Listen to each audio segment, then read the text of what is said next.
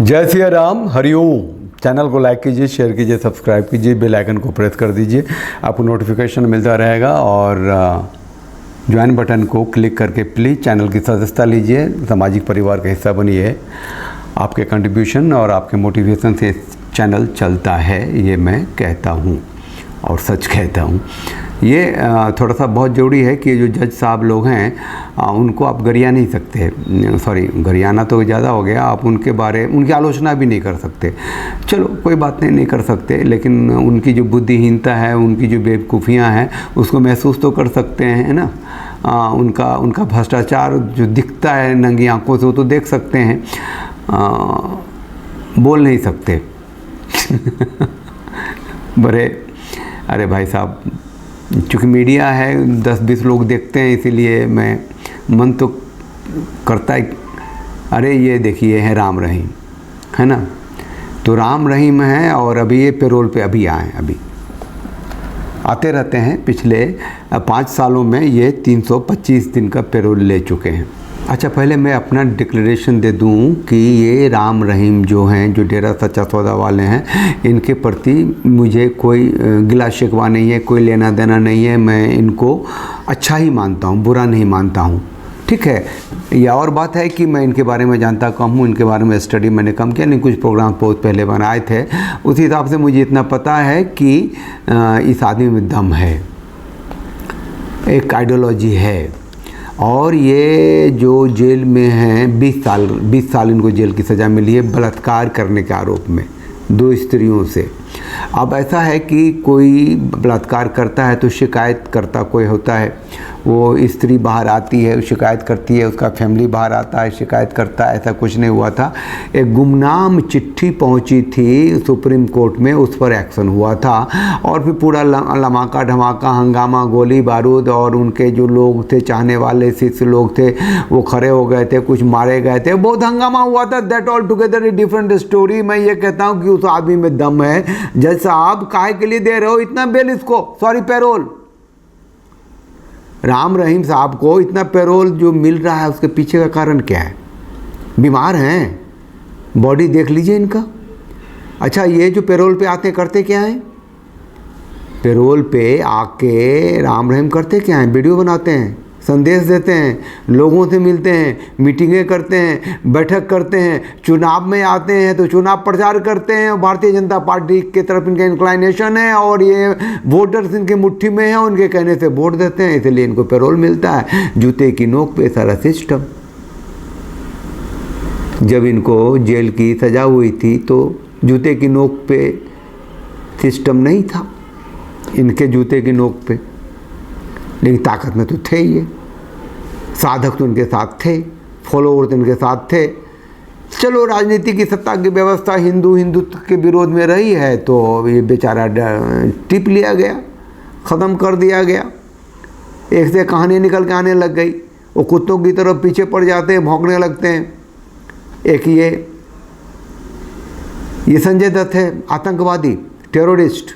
He is the genuinely living terrorist and has been honored by the government, media, Bollywood।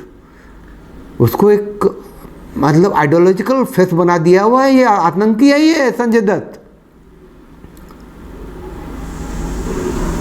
अरे पूरा का पूरा जखीरा इसे घर में मिला। ये मैं उसके बारे में कुछ डिटेल था। ये क्या था कि 1993 के बॉम्ब ब्लास्ट में, अरे बाप रे बाप, बताइए उस साल 257 लोग मारे गए, 14 लोग घायल हुए थे। 13 डिफरेंट जगहों पे मुंबई में बॉम्ब ब्लास्ट हुआ था। उसका एक ये संजय दत्त भाई, सुनील दत्त का बेटा, और इसकी मां नरगिस दत्त मुसलमान थी शायद, पता नहीं, लेकिन ये क्या है? ये हिंदू रीति रिवाज से शादी किया 1993 बॉम्ब ब्लास्ट से ठीक पहले। अब इसका ट्विन बच्चा हुआ जेल में रहते हुए। आतंकी को बच्चा पैदा करने के लिए पैरोल दिया भाई। पहले पैरोल दिया कि बीबी बीमार है, ये इसको पहले 50 दिन का पेरोल, फिर 90 दिन हुआ, फिर 118 दिन हुआ। ऐस करो यार, जेल में रहने के दौरान ही 2 बच्चों का बाप बना था, जो ट्विन हुआ था। अब बच्चों का नाम क्या बताऊं, वो तो मैं एकरा और क्या पता, भगवान जाने, वो दूर दूर से हिंदू नहीं दिखता वो नाम से। ज़रा सोचिए कि कहता क्या है कि एक्यूज नंबर 77 है Gul Mohammad Shaikh, accused number 52 Mohammad Hanif Shaikh, accused number 95 Mohammad Isar, accused number 108 Shaikh Ibrahim Shaikh, accused number 115 Usman Khan. ये सब दुबई से होते हुए पाकिस्तान गए थे, वहाँ से ट्रेनिंग ली थी और फिर मुंबई में आके बॉम्ब कांड किया था, दहला दिया था, जिसका कि एक साथी संजय दत्त था जो हथियार का जखीरा आया था, वो टाइगर मेमन लेकर के आया था। और इस आतंकी को, क्योंकि ये सुनील दत्त का बेटा था जो कांग्रेसी था और इसका बॉलीवुड का ये हीरो का बेटा था, तो हीरो ही था, इसको मतलब कमीनगी की हद ये है कि इसके बायोपिक बना दी इसके ऊपर का, और उसमें दिखाया कि महिमा मंडन किया, 300 लड़कियों के साथ सोया, बलात्कार किया, दुष्कर्म किया, क्या किया, वो नहीं, पॉजिटिव दिखाया। नशेरी था, एकदम डूबा पड़ा रहता था छोरियों के साथ, स्त्रियों के साथ। और आजकल कहता है कि अब बताता है कि मैं बहुत बुरा था, वो बहुत बुरे दिन थे और तुम लोग नशा वशा मत लेना। अरे इसको तो ज़िंदगी भर जेल की सलाखों के अंदर ठूस के रखना चाहिए था। They are dangerous, still dangerous, today dangerous.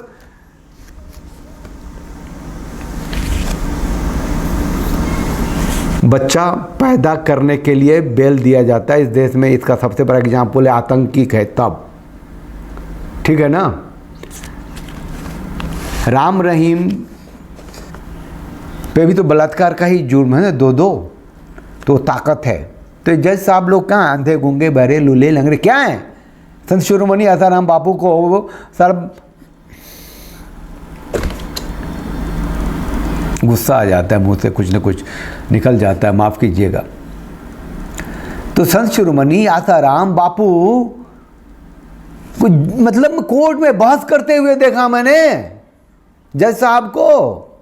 वो करमवीर को कहते हैं कि उसका जो वकील था सोलंकी, कहते हैं कि अच्छा तुमको अगर कोई दिखे सत्संग करते हुए तो तुम सीडी लेके आना, मैं बेल कैंसिल कर दूंगा। अबे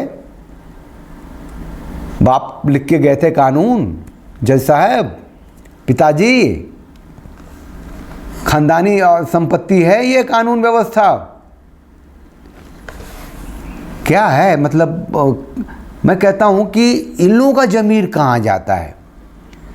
ये निचली अदालत का जजमेंट जो होता है वो उससे ऊपर वाला कहता है बेकार है, उससे ऊपर वाला उसको कहता है बेकार है, उससे ऊपर वाला उसको कहता है बेकार है। हाई कोर्ट का जो 2 बेंच का जजमेंट होगा वो कहता है बेकार है, 3 बेंच का जजमेंट होगा उसको 5 बेंच के जजमेंट में जाएंगे, वो फिर सुप्रीम कोर्ट जाएगा। सुप्रीम कोर्ट में भी एक जज ने कह दिया ऐसा हुआ, तो 2 जज ने कह दिया नहीं ये ठीक नहीं है, फिर 3 जज। अबे कोई ठिकाना नहीं इन लोगों का भाई, ये न्याय व्यवस्था है ही नहीं। ये व्यवस्था कमीनगी वाली है, धूर्तता वाली है, धोखे वाली है। और देश से कंप्रोमाइज करते हैं ये लोग, राष्ट्र से कंप्रोमाइज करते हैं। वो जो संजय दत्त को जो 5 साल की सजा मिली थी, एक जेबोनिशा स्त्री भी थी, उसको भी मिली थी, दोनों के घर से वो मिला था, हथियार मिले थे। अबे हथियार कहाँ से आ लिया तेरे घर में? बहुत मोहब्बत थी मुर्गी मारने की। टेररिस्ट था, टेररिस्ट आतंकी था। Once a terrorist always a terrorist. उसको बेहतर जिंदगी मिल गई है तो अब ऐश कर रहा है, नहीं तो खून खराबा कर रहा होता, उसी में टॉप पे जाता ये। अगर उस पीरियड में इसको भागने की सुविधा होती तो भाग लेता। और उसको जैसा बच्चा पैदा करने तक के लिए पैरोल देते हैं। संत शिरोमणि आसाराम बापू को इलाज के ग्राउंड पे, मेडिकल ग्राउंड पे, मैं बात करता रहूं, ये भी थोड़ा सा गुस्से में था। मैंने देखा कि आज ही पैरोल मिला है राम रहीम को, तो मुझे लगा कि चलो बोलता हूं, वाकई बोलता हूं कि ये क्या,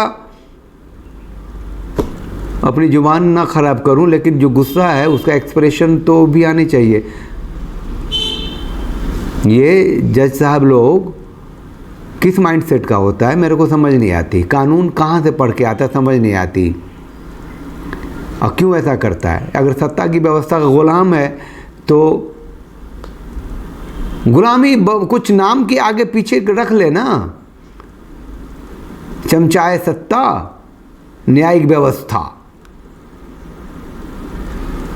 गुलामे दीन, न्याय के अधीन, मतलब कुछ ऐसा कुछ नाम उम रखे, कुछ जो लोगों को समझ में आए कि ये लोग जो कानून है वो वही करती है जो सत्ता की व्यवस्था होती है, और उसी के हिसाब से काम करती है वो।